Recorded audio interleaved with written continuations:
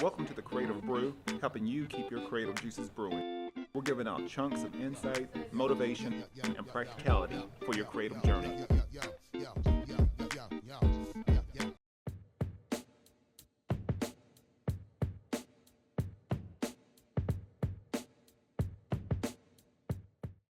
My next partner is Elevate Coffee Trading, and if you appreciate specialty coffee, enjoy outdoor adventure, and love helping elevate the lives of children around the world, then you're going to love Elevate Coffee Trading.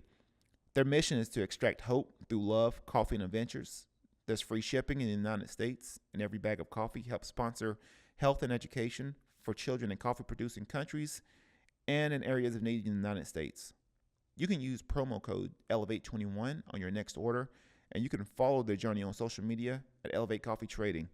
Or you can visit online at elevatecoffeetrading.com, and let's start extracting hope together. And this episode is brought to you by Baba Coffee, smuggling good vibes. Baba roasts their coffee beans each week and only offers the freshest coffee. They have espressos, lattes, cappuccinos, pour over, or drip coffee. You can try their cold brew coffee, nitro cold brew, or bulletproof coffee, and boba milk teas. They also have a wide assortment of delicious food. I would suggest you try the avocado toast, mimosas, wine, or beer. On the weekends, you can check out some great music like the Soto Six and food like Eliza the Shelf and others over the weekend, every Friday and Saturday, beginning at 6 p.m. You can check out everything they got going on Facebook and Instagram at Baba Coffee. And welcome to a new episode of The Creative Brew, giving you insights on your creative journey. Today, we have a special guest, Jermaine Ee. He is the founder of Heirlight. This is a up-and-coming startup. This is actually, and I looked up the website. This is really cool. And I think this is something that everyone needs. And so this is based, and he'll talk a little bit more about it, but this is based on Heirlight is a company built on creating really quick and simple wheels. And I really feel like people need to get that.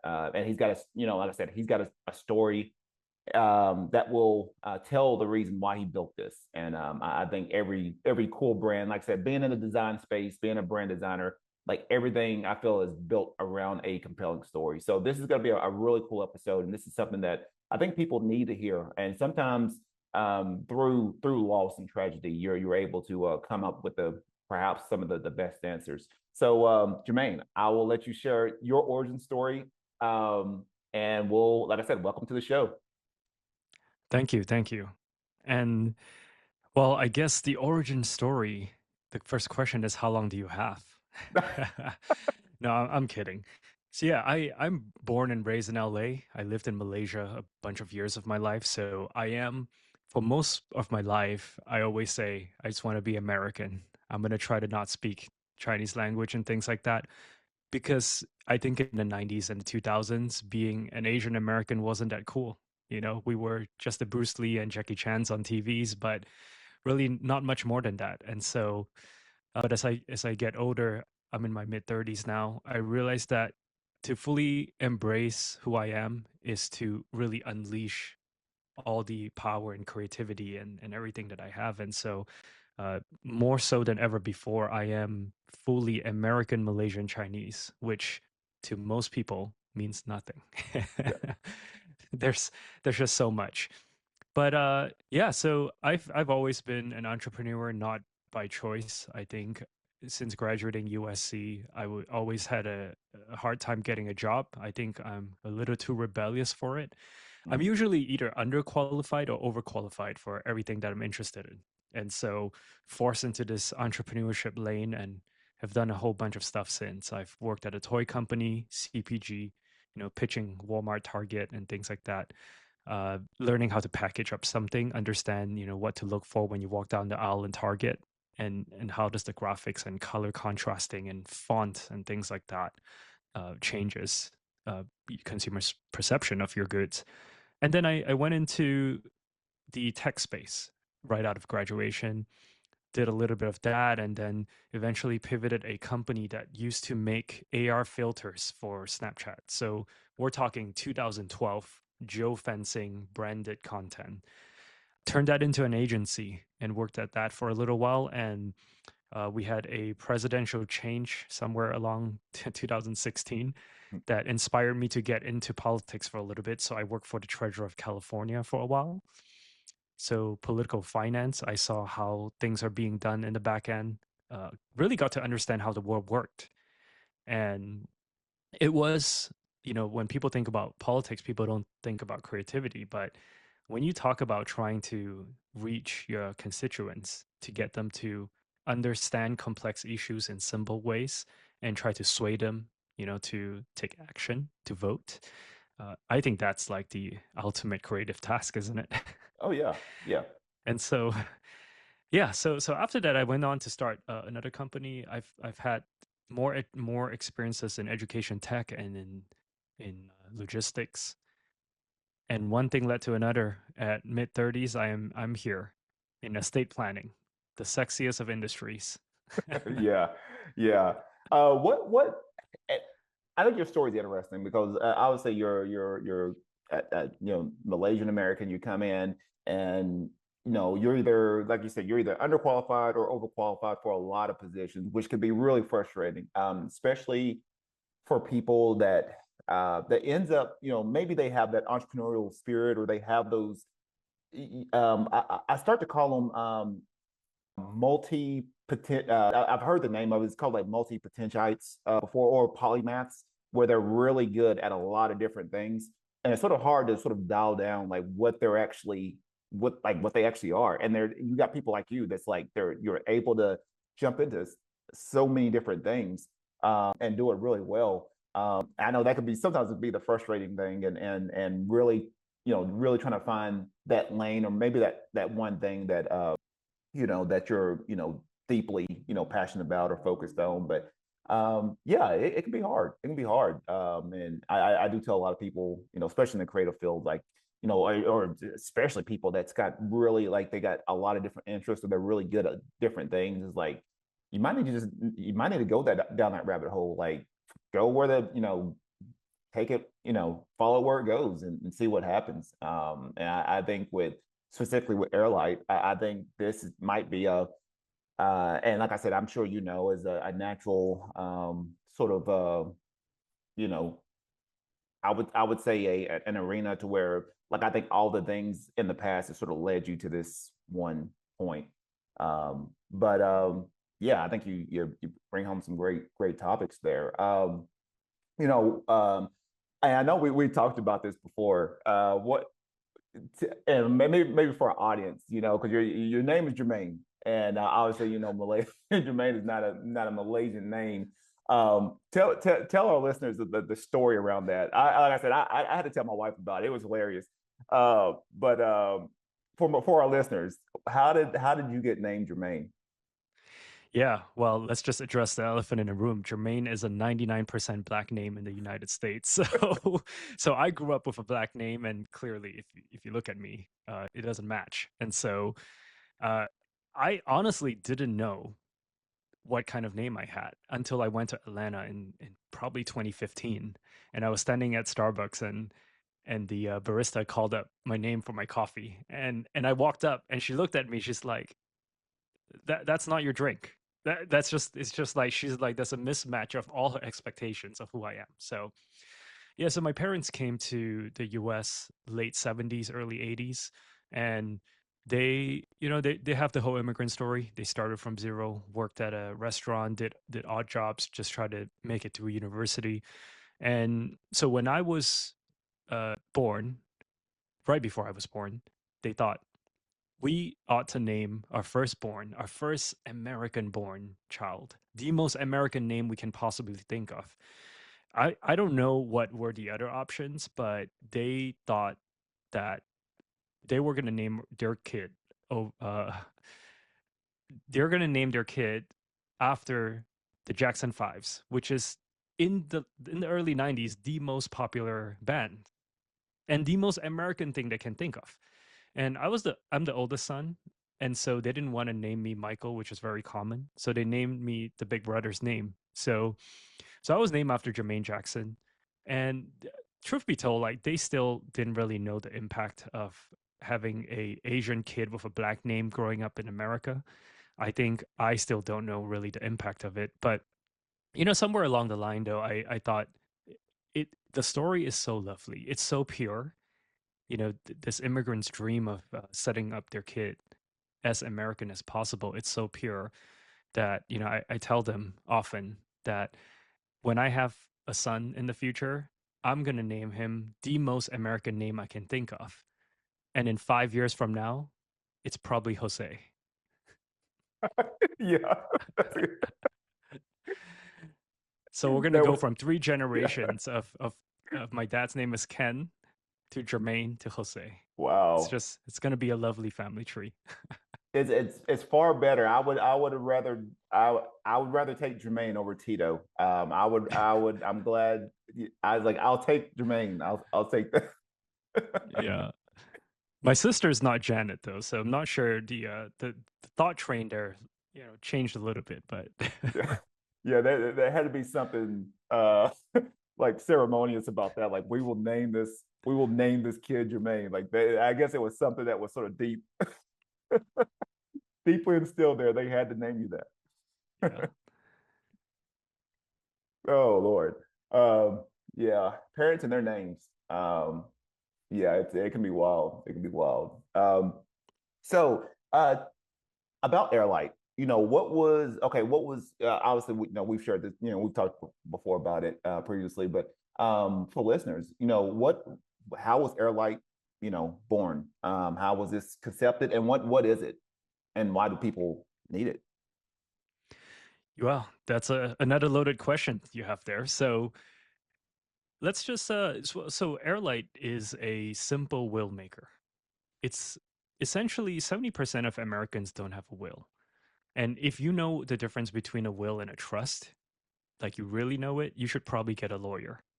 So my app is not for you because I think there's many, many reasons why 70% Americans don't have a will. One of it is the information gap and this preconceived notion that making your estate plan is a daunting, huge task. Or if you're too young, that maybe I have nothing to lose. And so why would I bother making a will? Mhm. And so we're trying to address that. And we're not giving you legal advice. We're simply a well-designed app so that you can have conversations with a guardrailed agent. Oftentimes I hear attorneys, and I've talked to over 20 attorneys at this point, and I always start the call with the first 15 minutes of defending myself and then explaining why I should exist. And yes, if you're an attorney listening to this, yes, most people should probably have a trust. And and I do think you can have a bad will, and that's what I'm trying to do to not have a bad will in my app. But having a will is typically better than not having one. So I'll backtrack to the story. About a year ago, I had a lunch with my parents at a Thai restaurant here in Pasadena, and the conversation led to talking about retirement. And what I realized in this conversation is that it's not that they have a fear of retirement, it's the uncertainty or the lack of clarity of how would retirement look like. And really deep under it all is, do I have enough money to live, or will I run out of money before I die? Yeah. I think fundamentally, as you're growing old, that's a question that's kind of in the background, even if you don't think about it. And so what I realized is that I needed to help my mom figure out what she has, because if you don't know what you have, how could you know what is enough and what does it look like going into retirement? So I set out to build a GPT and agent to talk to her so that she can tell my AI what does she have, the bank account she has, the memories of people that she likes, the things, the story behind the things that we have at home that she might have forgotten to tell me, but if she thought about it, suddenly she can talk to this agent. And so a few months in, I realized if I had all of their assets and all of their relationships, I can make a will. And having a will is a much more marketable and practical tool than to have a agent to talk to you for your inventory of your life. I mean, Yeah. it's still helpful. And so then I gone down this journey of trying to design the simplest possible process to simply take someone's conversation with my AI and fill it up into a form that reflects exactly what they want. So when you tell my app something, I can give you definitions of what a executor is, contextual to your life, right? And you don't have to go to an attorney in the beginning to say, hey, I know I'm supposed to have an estate plan. I don't have one. I think this ego gap stops a lot of people. Yeah. And so that's what we're working on. And so design is a huge aspect of it all.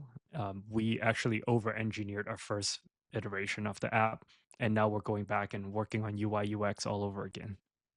Yeah. And for for listeners that doesn't know this design speak, UX, UI, user interface, user experience, for people that don't know that. So yeah, that's definitely needed. I mean, understanding how, especially with now, like understanding how how a specific or a potential customer like enters sees the app. How do they experience it? How do they go through to get the information they need? I mean, yeah, that's definitely doing the constant testing on that to make sure you have the right avenues as far as getting to their information as efficiently as possible. So yeah, so for listeners, and maybe you're hearing this and like you've never heard of UX or UI, it's pretty much what you see all the time between your social media and your web browsers. Like everything is built around user interfaces and user experience. So but that's good to hear, especially for someone that's like building this from the ground floor. And definitely for a lot of people that like maybe they're thinking about building something, not building it out, but at least getting it like, hey, what are the things required for something like this? So and I sort of noticed right now with Heirlight, now this is only targeted towards people in California, correct? Or I didn't know if it was like all over the country or Well, it's eventually going to be all over the country. okay. So all 50 states have different laws for estate Yeah. planning. Yeah. And so, as you can imagine, my legal bill is crazy, right?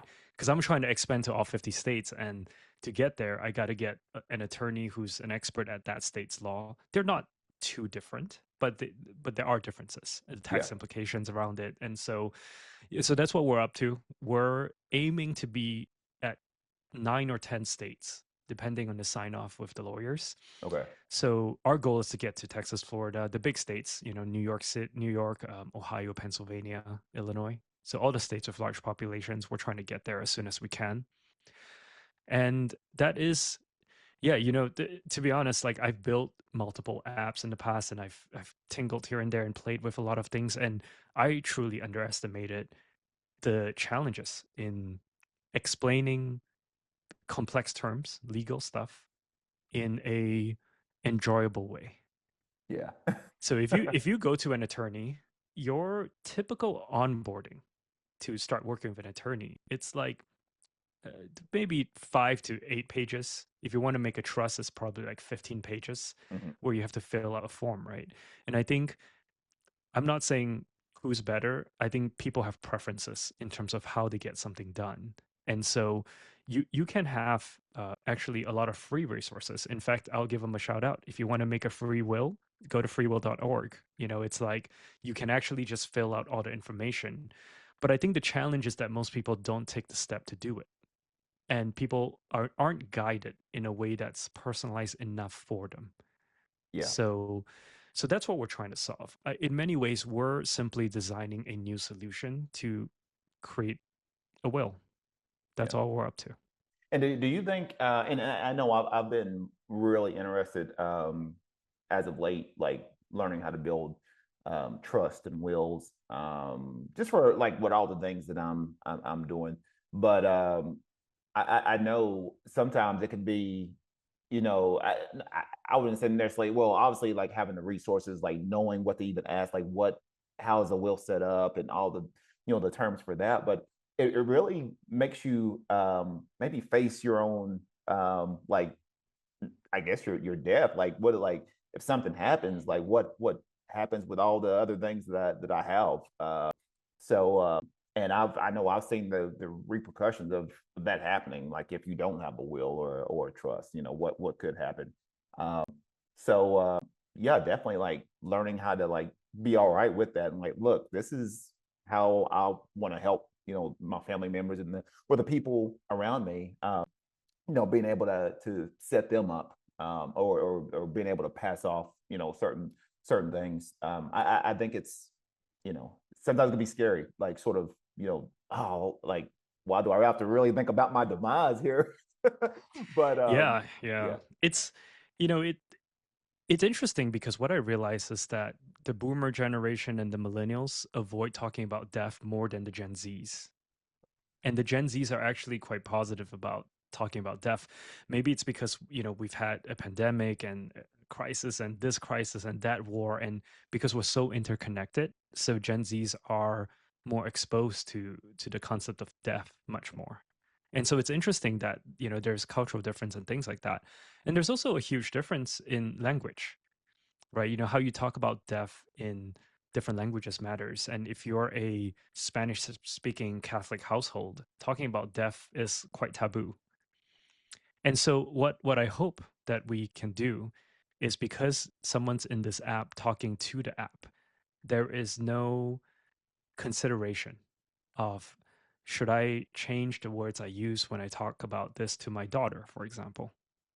Okay. And so they're able to kind of remove that human judgment element and talk to an app that essentially has no judgment and unlimited patience and perfect memory, right? So that, I think, that is where we're at. If you asked me 5 years ago, uh, what would be different, it is AI. And I'll point out that we are not like ChatGPT in the way of, if you tell us something, the app will push back and say, in order to do this, you need to answer this three more questions, because we're not going to yes man and yes woman you all the way to drafting a will, and that's what ChatGPT will do, and that's Yeah. why it gets things wrong.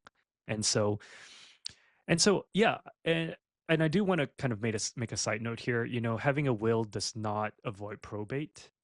So probate is the process in which, when someone passes away, they have to go through a court hearing, essentially, Hmm. and the court will then decide. If it's simple, if it's a parent-child relationship, it's sometimes fairly straightforward, but it gets complicated. Yeah. And so I think Airlight's overall mission is to help people live with more clarity. We believe that clarity is love in practical form.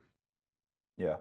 So, and maybe for listening, like I said, and perhaps for a lot of people, that's like, okay, maybe we've heard about wills and trust, or it was like, or or maybe caught the gist of it, and maybe trying to figure out what is the difference between both. What I mean, and maybe from your context, like, what's the difference between like creating a will and creating a trust?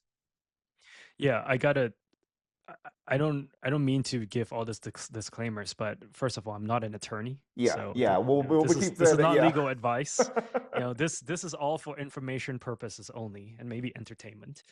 Um, I would say, if you're considering one, use Airlight, ask it questions, and then you'll realize what you don't know, and then talk to an attorney.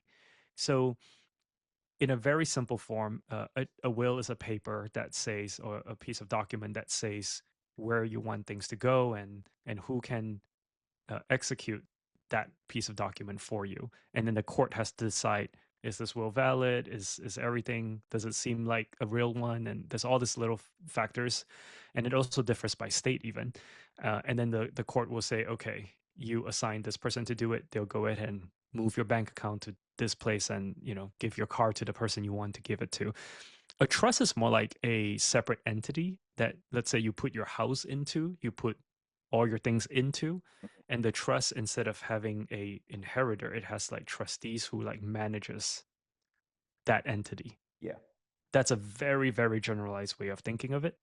And for that reason, when somebody passes, they don't have to go through probate, they don't have to go to court, because the terms in which things are passed down and change of ownership are all written in the rules of the trust, kind of like operating agreement.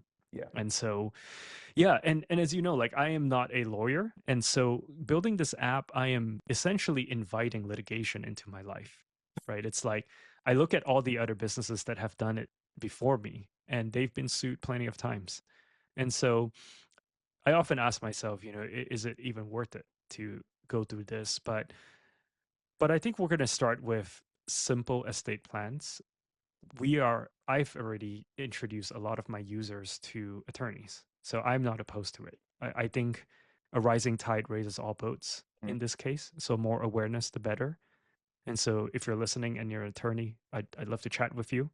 You know, my challenge is this: we charge our users 179 to get it all done. A will, a health directive, and a power of attorney, all done. But then when I introduce my user to an attorney to make a trust, the price goes from 179 to whatever it is, right, in the thousands. It's just there's just a difficulty in I can't fulfill the promise to my users that I'll get you the best solution, because sometimes I know having a will is not the best solution. Yeah. Yeah. And so that's something we got to figure out at some point. Oh, and that's the part of building, especially building a company like this out. Everything is always in beta. It's you're ever things work to a point, and then we're like, hey, maybe we need to revise this. We need to revise this. So man, I would say maybe that's the work, and at the same time, that's the I know for me the exciting part, because like it's always changing. Like there's always things that we can fix and revise, and maybe things we need to consider. And So yeah, I mean it's just one of those where you always have to sort of keep your creative hat on, because you're always having to think about, okay, this didn't happen. Okay, let's revise this or revise that. So yeah, that's I think that's going to be the the ongoing task for you. But I think it's really cool, like especially at that price. That I mean, I say obviously that's a no, that's great at that price point, because yeah, if you do go to a lawyer, you're gonna be paying some thousands to get all these things set up, and I know now AI is starting to cut, is trying to cut that margin down a little bit, but definitely having something like Heirlight, I really feel like can be a really helpful for a lot of people that's really thinking about creating that will, and at least having the foundation to maybe go to talk to a lawyer or do some other things. So that's great. That's great to hear. And especially like sort of hearing all your future plans with the app too as well, reaching out to other states. So I Yeah, think all that's awesome. one of the things that we realized we needed to build is if somebody has a handwritten will, we're building a tool and we're testing it out right now where you can take a picture of it and then we'll read it. We'll digest everything you have in there and we'll ask you clarifying questions. Oh, that's great. Right. So That's great. that's going to come. And then we're also testing out a potential feature where you can come to us, you can fill out everything, you can make a will today. In 2 months or in a year, you have a child, and you want to make sure you have a trust set up, you have your home in there, your trust is properly funded. And so now you want to go to a lawyer. We're going to build in a feature where our users can export their data from our app based on the format of that lawyer's onboarding PDF. Oh wow, that's cool. Right. So we're going to cut down. See, so I've talked to a bunch of lawyers now asking them, hey, can I get a discount if I send a user to you and I help fill up your onboarding file based on all the data I have of my users? Can I just get a discount? And the discount goes to my user because I have no client attorney relationship with my user. I'm just authorized to export, right? So we're testing out these tools, and I'm also trying to figure out how to do income verification. So if somebody's on EDD, I want to give it to them for almost free. So the roadmap is the whole country. I think probably 300 million of the 360-ish Americans can use help with this topic. And so, yeah, I'm really excited for it. I know I'm taking on a whale here, so it's going to be fun. Oh no, it's no. I think that's good. I mean, I think that's something that, especially if it's something that's, a something that's on your heart, and something that you feel like, okay, this is, you know, something I really feel like with people like you and just a lot of other people that's on this, on their own sort of creative journey in their past. Like, I really feel like everyone's like built for like unique things, and I think for what you're doing, I think all the things that you've done in your past leading up into now, like I think you were really like built to like do something like this. And especially, and I can tell you probably got one of those little tinkering brains where your brain probably didn't stop too much. and just like I know like you'll find the solution. You'll find ways of like getting the answers to specific things. And so yeah, I really think like with something like this, I think you're probably meant to build something like this. Um, so I mean right now, I mean what things inspire you right now? Yeah, I know, like I said, I know you've been in the startup industry, and you've been building up Airlight. What sort of gets you up every morning? Well, I'm going to keep it very, very present because today I'm on three podcasts, you know, three different topics. Actually, this one totally different from what I've done this morning, which is a podcast about retirement community Mhm. and a podcast with a disabled host looking to inspire fellow disabled folks, to empower them. And my theme is, you know, I talk so much today, hours, literal hours of just me on this microphone. And I often feel that I know there's a little bit of imposter syndrome somewhere, but I do feel that cringe right now. I feel like, who am I to be talking so much about all these things, and who am I to be, you know, I even admitted today on the podcast with I was like, hey, I'm not going to stand around and tell you how to be resilient, like when you just lost a limb, like that's just not me. So, but what I can say is I am working on living up to this idea that professionals don't need motivation to show up, right? We got to show up and be creative and to do what we need to do.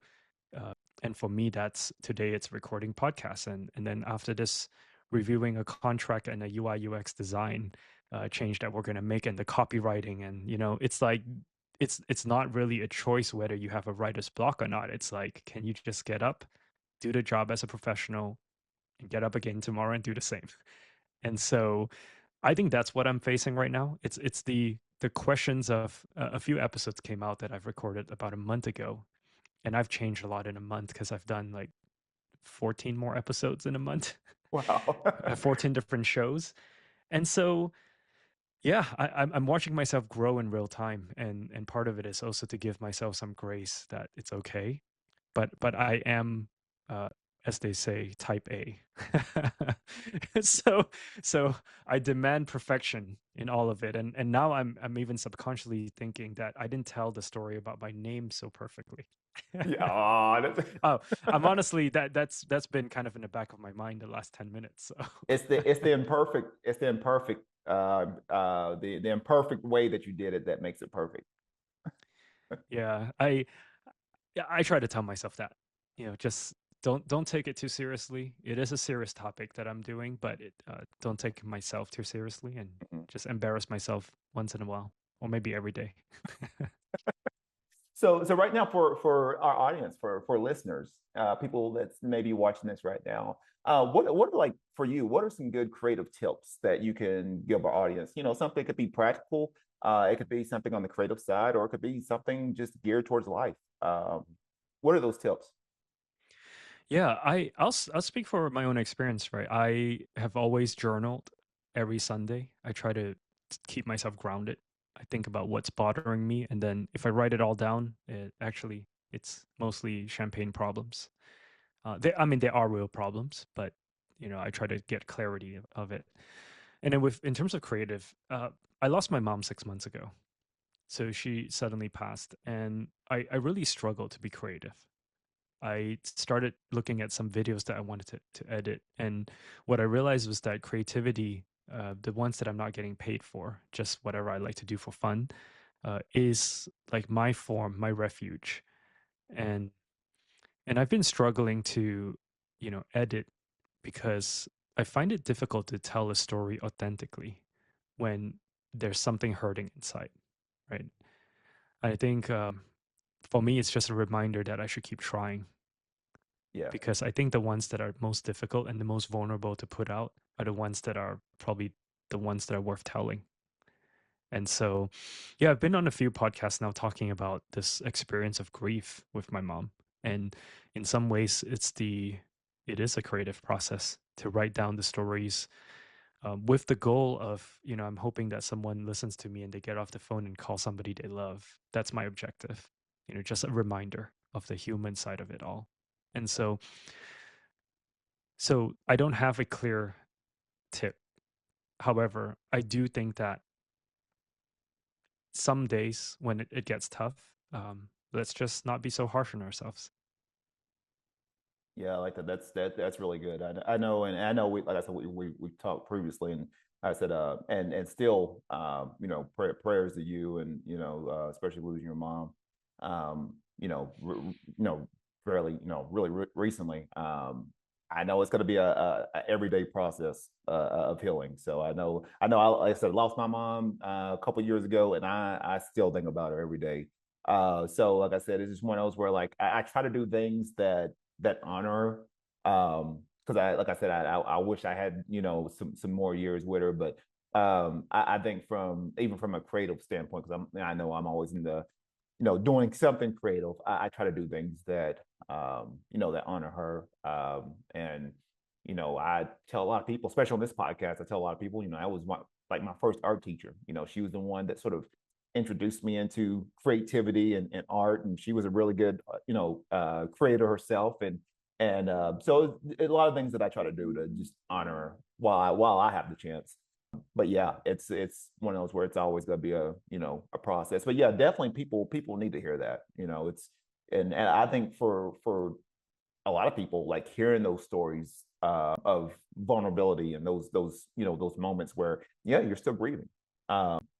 I think that helps people connect with you more and understand that, like, hey, we're all human, and we all have things that that keep us up at night, things that we grieve about, things that we're constantly that's in our headspace. Yeah, I know like I said, I'm a big journaler too. I love journaling, and that keeps me, especially if I got a lot of things on my brain. Like I tell people, brain dump it, put it down, and I'm telling you, you will feel better. You keep that stuff in your head, it will it will grow and masticize. It's just like you don't want that.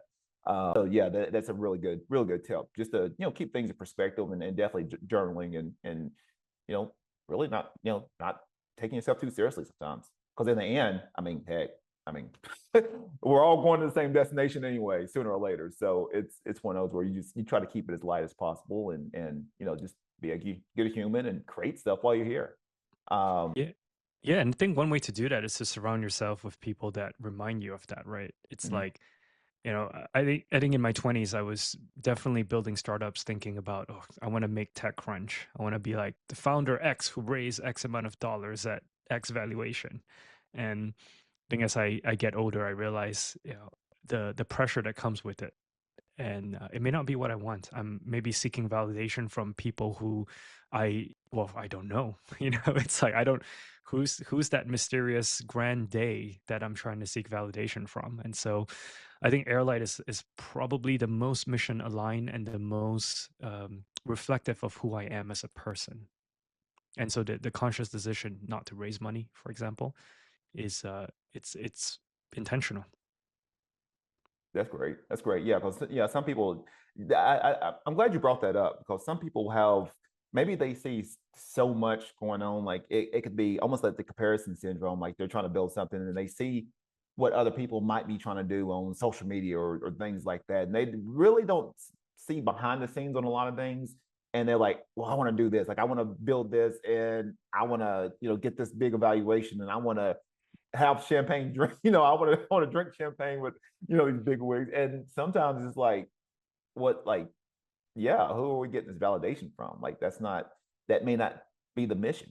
And I think sometimes we sooner or later I think we all come to terms with like, hey, this is who I am right now, and can I build around this capacity right now and do and align myself with that vision and with that mission. And sometimes it's not glorious. Sometimes it's just it's one of those where like, hey, you got something that you're meant to do, and you may not get all the accolades for it. I think you will sooner or later. I think you're putting out a really cool thing, and it's gonna come to fruition sooner or later. But I think for whatever anybody's building, the same one that's listening to this right now, don't try not to seek out that that outside validation. You do it because it's on your heart. You do it because you have the skills and the abilities to put that out in the world. And the people that need to come to you, they'll come to you in time. So yeah, I'm glad you said that. That's great. Um, Yeah. And you so can't lose if you don't quit, right? So you just keep going. that's the truth. That's the truth. Hmm. Before we sign off, because I said this is a really great conversation. Just some words of wisdom. Just something that that might be on your heart right now. Something that people need to hear right now that's listening to this episode. What are those words of wisdom? Yeah, one thing that came right to my mind is, we often say that time flies, and it's actually not completely true because time feels like it's flying by. It's because we're not aware of what we're doing. And if we try to really think about all the things that we've done, it's like every day we do so much. We show up for so many things and we try our best to do so many things. And sometimes we're just barely surviving so many things, but we do a lot. And I think to kind of reframe our mind in this concept of time flies, we just got to remember that actually time doesn't fly. It's just that we forget a lot of it. And so I hope if you're listening to this, take a look at your calendar. How did you spend your time last week? Is that how you would like to prioritize everything? If you say family's important, have you, called your family last week? Just, I think your calendar says a lot about where your priorities are. And so that's something that I'm consciously doing all the time. I'm always looking at, how I'm spending my energy and also just not to cut people off, but to reduce the time with people that may not be just in the part of your life that you need right now. Some people, rightfully so, maybe, I mean, I know for a fact that some of people I know are judging what I'm doing as too risky, or I mean, whatever it is, right? They're carrying their own way of seeing the world, and I think it's justified. I have full empathy of someone who's gone through something difficult, and they're looking at me and say, "A will is not enough," And I get it. But hey, for a lot of people, it is, and it is better than not having one for the Yep. most part. And so, yeah, that's how I feel about the life that we're living here, a short time that we have here on Earth. Let's try to make something meaningful of it. That's awesome. That's awesome. So how can people get in touch with you? Maybe download the app if they're interested. Like, hey, maybe I do want to get a wheel. How do people maybe reach out to you? What's the website? How to download the app? Where is it available at platform wise? Go ahead and share all that stuff. Yeah, we're everywhere. Heirlight, airlight.com. I'm Jermaine at airlight.com. There's no mystery there. You can always reach out to me. And we are on both iOS and Android. Currently only valid in the state of California, but depends on when this episode comes out. In 3 months or so, we may be in a bunch of other states. So if you're listening to this 5 years from 2026, we should be everywhere. Hopefully, we're very big. Hopefully, we've created 100 million whales for Americans. Yep, that's great. I'm gonna keep receipts on this episode because 5 years from now, we're gonna see. I'm gonna bring you back for another episode and see. Like, let's say, hey, where you're at now? Like, hey, we're in all 50 states. Yeah, it'll be cool. As I said, definitely want to bring you back for another episode and sort of seeing where your journey is right now, and just from a personal and business standpoint, I'm always interested. I always see myself as a storyteller, so I'm always interested. So I'm like, how to like they're on their own hero's quest right now. Like, where are they at right now? What chapter are their own? And just sort of seeing that evolution as a person. I'm always interested in that. So, but thank you, Jermaine, for coming on and like I said, sharing your story, talking about Airlight. So many people need they need that understanding what a will is and making it easy for people to get access to information like that.